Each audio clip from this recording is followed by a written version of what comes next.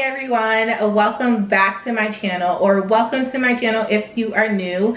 And today's video is part 2. It is a follow-up of my previous video where I speak about just recently being diagnosed with an autoimmune disease called Takayasu Arteritis. So this is part 2, and I'm just talking all about like how I'm processing it and also the treatment, which I've gotten a lot of questions about, like, okay, like you have this autoimmune disease, so how you want to treat this thing? So I talk all about the medications that I'm taking and a bit about, you know, where I am emotionally and mentally with processing this.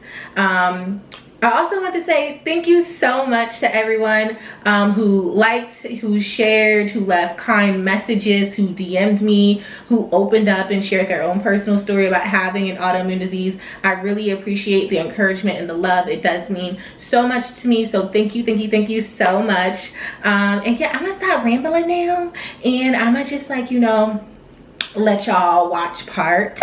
Let's talk about the treatment. So what is the treatment for Takayasu Arteritis? I was immediately put on prednisone. Prednisone is a heavy steroid. It's a powerful steroid. People call it like a miracle drug because it works very quickly, but it's also like kind of dangerous. Like, long-term use of prednisone is dangerous because it comes with a lot of negative side effects.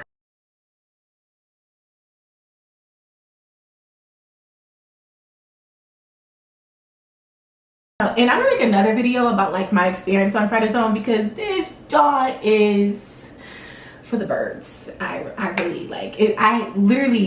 It's a love-hate relationship I have with prednisone. Like, it's saving me, but I hate the side effects that comes with it. I really do.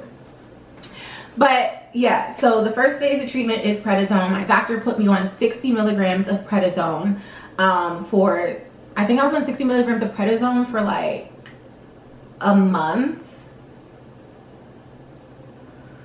I was on like for probably close to like 6 weeks. I believe I was on 60 milligrams of prednisone. And when I tell you, the first day I took this medication, I felt so much better. Like, I have not been in pain. Like, I felt better. I did not take any type of ibuprofen or aspirin, Tylenol, like needing a heating patch, nothing like that. I haven't had to use any of that since starting treatment in June, and it's August, and I'm just like, wow, I feel so great. So the prednisone, it's a great drug. It really helps deal with inflammation. Oh, and there's another thing. So prednisone, basically, it's the way it works is that it pretty much, like, from what my understanding, and again, y'all, I'm not no doctor, but this is how I understand it. What prednisone does is that it pretty much shuts off your immune system, because with an autoimmune disease, your immune system is attacking yourself. Like, your body is attacking yourself with an autoimmune.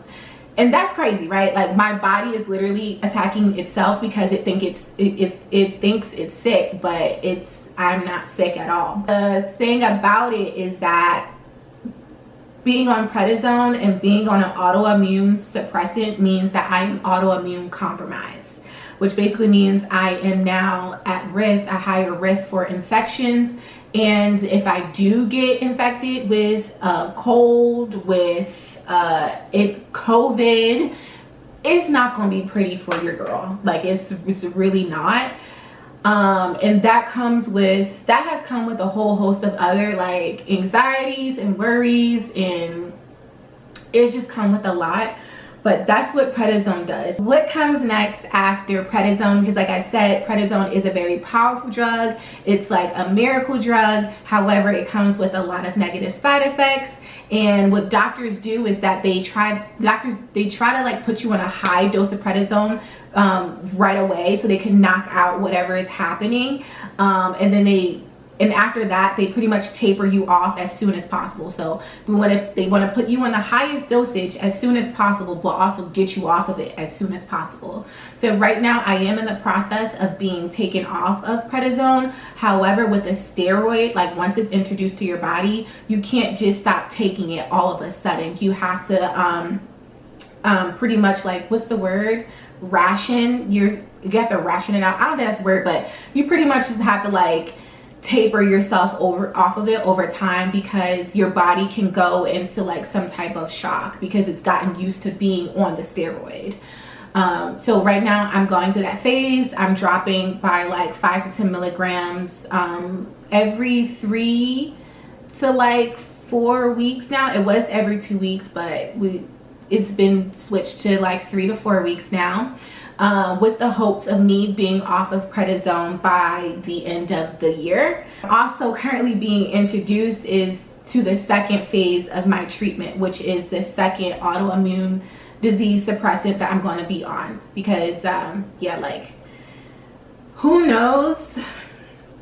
It is crazy, like, and this is what my doctor says, like, it's honestly case by case, but like, who knows when this disease is going to go into being like into remission. Like, the goal is to get me into remission as to where the autoimmune disease is not active. So it's kind of like uncertain as to how long I'll be on medication.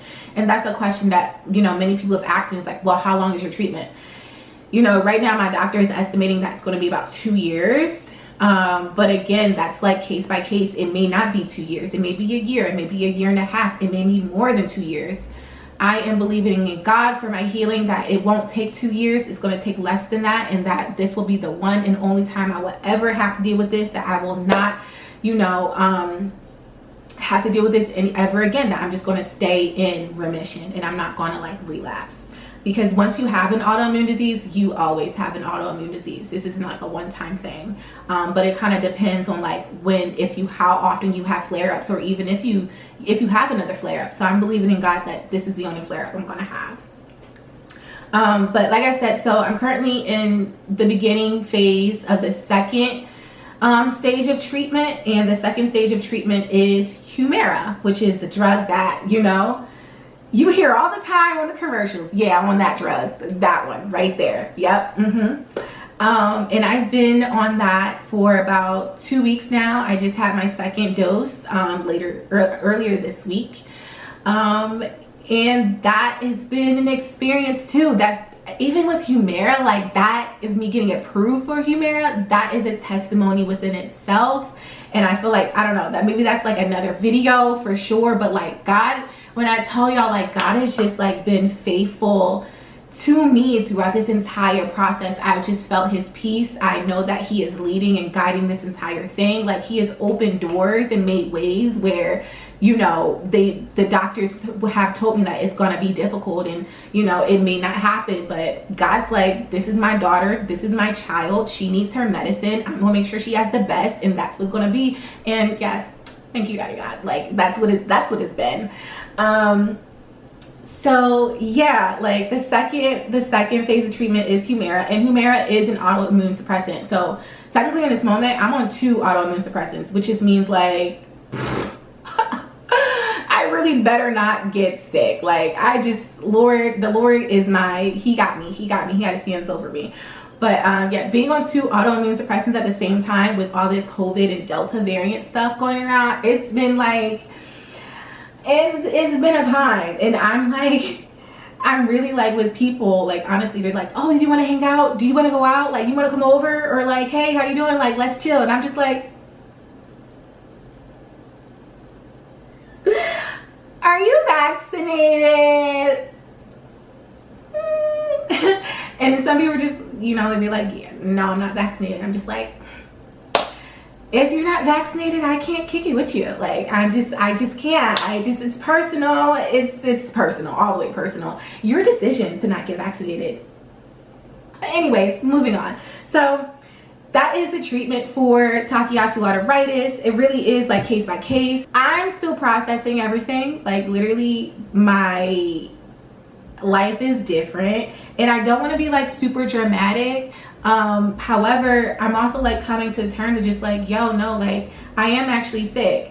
And because I don't look sick, you know, you look at me like I don't need any type of ventilation or any IVs or anything, but like I am actually sick. And so that, just getting my mind frame around that, like that's been something that I've been, you know, having to work through, because, you know, all my life I've been healthy. Like literally I've been blessed with good health, and, you know, I still, you know, thank God for my health because he's going to restore me. But having to go to so many doctor's appointments, this was the first time I have been in so many doctor's office. I can give y'all tours of Penn Hospital, whichever campus y'all trying to go to. You trying to go to Presby? I can tell you around Presby, okay? You trying to go to, you trying to go Hup? We can go there. We can go there, okay? You trying to go to the Civic Boulevard joint? We could go there too. I can give you a little tour. You know how to be wearing the red jackets? All I need is a red jacket and I can give y'all a tour. Like literally, that is how often I was in the hospitals, like literally bopping around each different campus all the time. And that in itself was just a lot to process. It was overwhelming. It was hella expensive. Like, thank the Lord for an FSA account, because wow, why it cost so much to get an MRI? Why it cost so much to get medicine? It's just expensive. It's just expensive. Kind of just been taking things like day by day. This process has like increased my faith. Like not during any time was I actually 100% ever truly fearful over my life and whether, you know, how long I was going to live. Because I was like, God got this. Like, this was not a surprise to God. Like, he knew from the jump what it was, and he just allowed, you know, that shoulder workout injury, he just allowed that to happen so it can highlight what was actually happening in my body. But God has his hands on me, and this is nothing but a testimony. I already have a testimony already from this, and I know that I said this earlier, but like truly believing in God for my healing, I'm already healed. It's just a matter of time. Like, it's already happened, like 100%. And it's just like, that's like, I've just grown closer to God, and like our relationship has gotten so much more like intimate and deeper, and that's a blessing for me right then and there. So yeah, that's just how I've been processing, you know, every day, one step at a time, because it's still a lot of information to learn. What does this mean for like my life expectancy? And you know, that's a question people ask me too, because when they hear like when they like I'm telling them what's happening, one of the questions they be asking, but they don't try to be asking, like they be so awkward with it, it's just like, so are you gonna die? Are you gonna die? And I just be like, bruh, like, we all gonna die. Like, first of all, we all gonna die one day. Like, let's just put that out in the air. We're all dying one day. Like, come on. But if you asking if this is going to, you know, shorten my life expectancy, no. Untreated, yes, untreated, it will shorten my life expectancy, because it will lead to a whole host of like complications, like, you know, continue narrowing and blockaging in my veins and my arteries and in my aorta. Like, that will cause some issues, right? If you're not getting proper blood flow to your parts of your bodies, like this is going to cause some complications, and you won't die from that if it's untreated. But thankfully I am getting treated. And that's another thing. I feel like I'm going like all over in circles, and I'm so sorry, but like even this is a testimony with God, because in my research, what I was finding is that like it was saying that people who are diagnosed with Takayasu Arteritis, like it's so rare that they're diagnosed later down the line, because doctors aren't thinking about this disease because it's not common. Like, they're not seeing it very often, so they think it's a whole host of other things, and then like 5 years, 7 years, 10 years later, the patient is finally diagnosed with this, and so much damage has already been done to their arteries and their aorta and all this other stuff. And you know, once the damage is done to those parts of your bodies, it's not like it can be reversed. Like, you can't reverse that. You can only prevent further damage. So I'm just like super grateful. Like, I have so much gratitude to God to literally have put doctors in my path that like was being aware and being mindful of what was going on, and like that listened to me, and for that attending that did the ultrasound and be like, man, it looked like shorty got this. It was right. bless your life. Bless your life, okay? And so yeah, I just have a lot of gratitude to God for how he's just been working things out, how he's just been with me. Grateful to him for like my support system. Grateful to him for insurance, okay? Because like I said, y'all, this is inexpensive. So I feel like that's all like I wanted to say in this video right now. I feel like this is kind of long anyway, but thanks for listening. Thanks for coming to my TED Talk, okay? And yeah, if you know, go to the doctor. Go to the doctor, y'all. Get your annual physicals, okay? Go to the GYN, okay? Do all that. Go to the dentist, okay? Go to the optometrist. The eyes, yeah, go to them. Like, make sure your health is good. If anything, you know, this pandemic has taught us is that health is important, right? Like, you need to make sure what's going on in your body. Take your vitamins. Make sure you're drinking your water. And yeah, if you feel like something is off in your body, go to your doctor, talk to your doctor, and if they're not hearing you, find a new doctor, because your doctor is supposed to be listening to you. Don't let anybody feel like your symptoms are crazy or that you're being dramatic or anything like that, okay? Your health is important. Advocate for yourself. Yeah, and that's like pretty much it. Thank you for watching. Thank you for listening. If you haven't done so already, subscribe, like, leave a comment, leave a nice comment, leave a positive comment, okay? Because we just got peace, love, and, you know, good vibes over here. That's what it is. And yeah, I'm gonna catch y'all all in the next one. Bye. I feel like that was so awkward. I'm gonna catch y'all all in the next one. Peace. Is that weird? Maybe you should do a peace? Peace? Maybe, oh, whatever.